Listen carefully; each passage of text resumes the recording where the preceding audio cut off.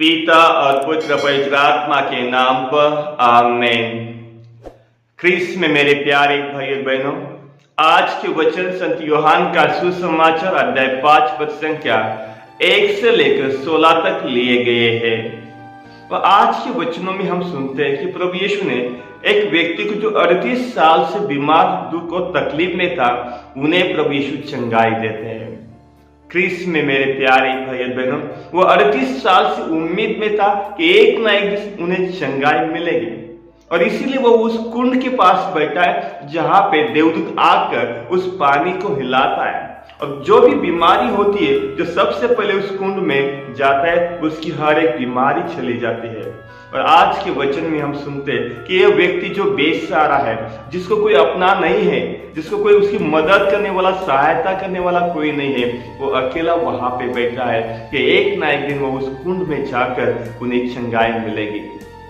लेकिन आज के सुसमाचार में हम देखते कि किस तरह प्रभु यीशु ने खुद ने उसके पास जाकर उसने कहा, क्या तुम चंगाई चाहते हो? क्योंकि प्रभु यीशु ने उसके दुख और तकलीफ को समझ लिया, जान लिया कि आज हम हमारे जीवन में, हमारे घर में, परिवार में, हमारे पड़ोसी में, समाज में अगर किसी को दुख और तकलीफ में देखते हुए, क्या आज हमें हमारे जीवन में उसके प्रति दया आती है? वो 38 साल से वहां पे उस कुंड के पास पड़ा है, लेकिन किसी को उसके ऊपर दया नहीं आई। किसी ने सोचा नहीं कि उसे हम पानी में, उस कुंड में लेके जाए। लेकिन प्रभु यीशु ने देखते उसके ऊपर दया आई, देखते उसका मन पिघल गया, देखते उसने उसके दुख तकलीफ को समझ लिया, जान लिया।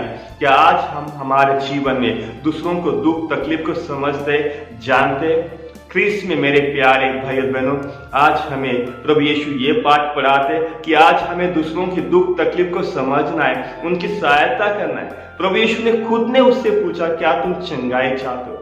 शायद हमारे जीवन में, हमारे समाज में, परिवार में, पड़ोसी जो कोई है, उनके दुख तकलीफ को समझते हुए आज हमें उनको पूछना है, क्या आपको कुछ चाहिए? आपको कुछ सहायता चाहिए? क्योंकि वो असहाय है, उनके पास शायद वो बल नहीं है, शायद वो कमजोर है हमें पूछने के लिए, जानने के लिए। लेकिन आज हमें हमारे तरफ से एक कदम आगे उठाने के लिए प्रभु यीशु बुलाते हैं। और ये सही मौका है, कलीसिया ने हमें जो मौका दिया 40 में दूसरों की मदद करना, ना केवल उपवास और दान धर्म करके, बल्कि आज हमें दूसरों के पास जाकर उनकी सहायता करने के लिए प्रभु यीशु बुलावा देते हैं। जिस तरह प्रभु यीशु ने उसकी सहायता की थी, आज हमें भी हमारे जीवन में लोगों की सहायता करने के लिए आज के वचन हमें बुलाते हैं।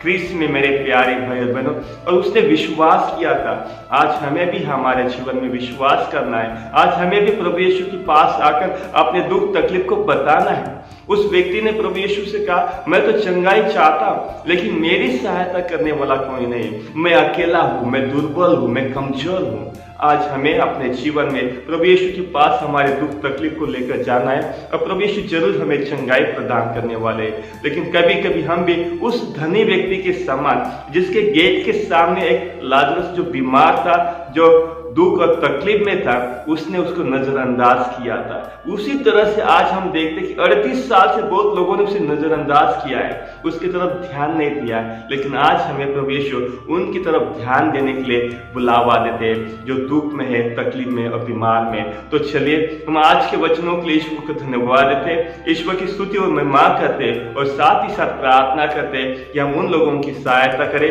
जिसकी आज हमें जरूरत है। तो चलिए आज के वचनों के लिए ईश्वर को धन्यवाद देते हैं। पिता, पुत्र और पवित्र आत्मा की बड़ाई होवे, जैसे वो आदि में थी, अनंत काल तक सदा रहेगी। आमीन।